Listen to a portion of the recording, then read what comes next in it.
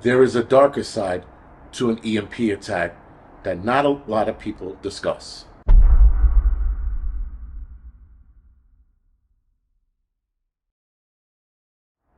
So, guys, forget about the warring, the fighting with your neighbors, neighborhood, state, next town, whatever it is.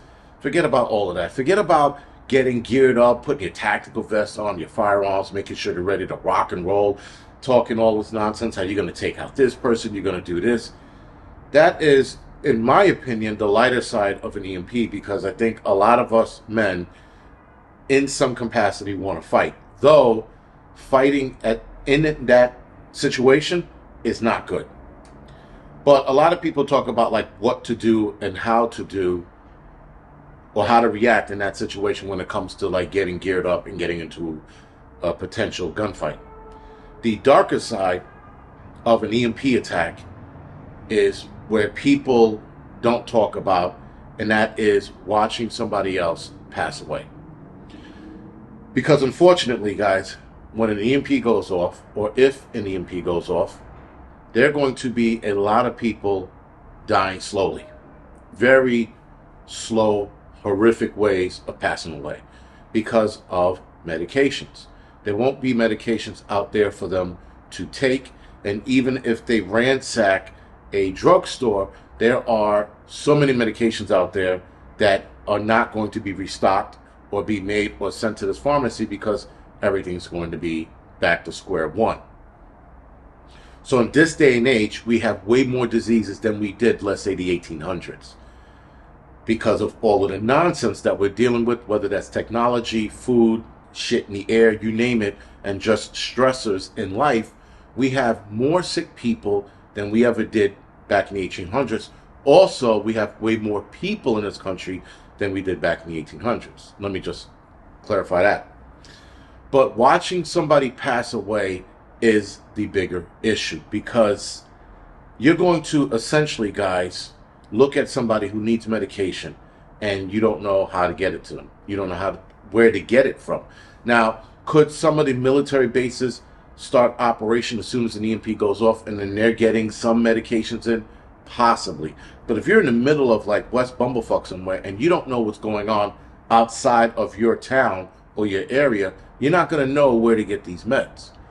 So unfortunately, just like Madison in 1 Second After, they had to watch his daughter pass away because she couldn't get her diabetes medication, right? So she was diabetic.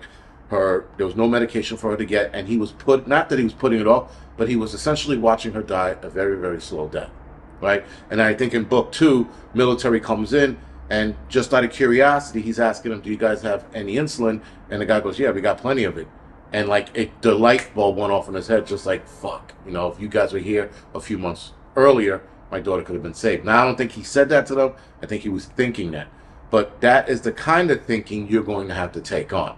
Because, guys, there are a lot of sick people out there. There are a lot of people with autoimmune diseases. There are a lot of people with asthma. And if none of these medications are being made or distributed, you're going to watch a lot of people pass away. You got people with heart issues. You got people with respiratory issues, psych issues. Forget about the mentally ill. The mentally ill is astronomically high, especially in this day and age. And then you got people, I think, that are playing into psychological conditions, meaning they don't really have it, but they want someone to pay attention to them. So they're like feeding into this bullshit. But let me go over some of the quick numbers of people that are going to pass away probably within the first couple of months. Now, as of 2021, 36 million people, give or take, have diabetes. Now, a lot of those people with diabetes, a lot of them can be managed by way of diet. But then there are those who are taking insulin and other drugs to keep their diabetes in check. So a lot of those people who can't manage it with diet, they are ultimately going to take the long road of passing away. Then you have, if I'm not mistaken, 22% of the country with psychiatric issues. Now, out of that 22% of psychiatric issues, a lot of those people are on medications. Those people are probably going to snap or go crazy within the next week or two, if not a month, when the drugs are completely out of their system. In the United States, we also have about 15 million people with autoimmune diseases, and there are 105 autoimmune diseases, so it ranges.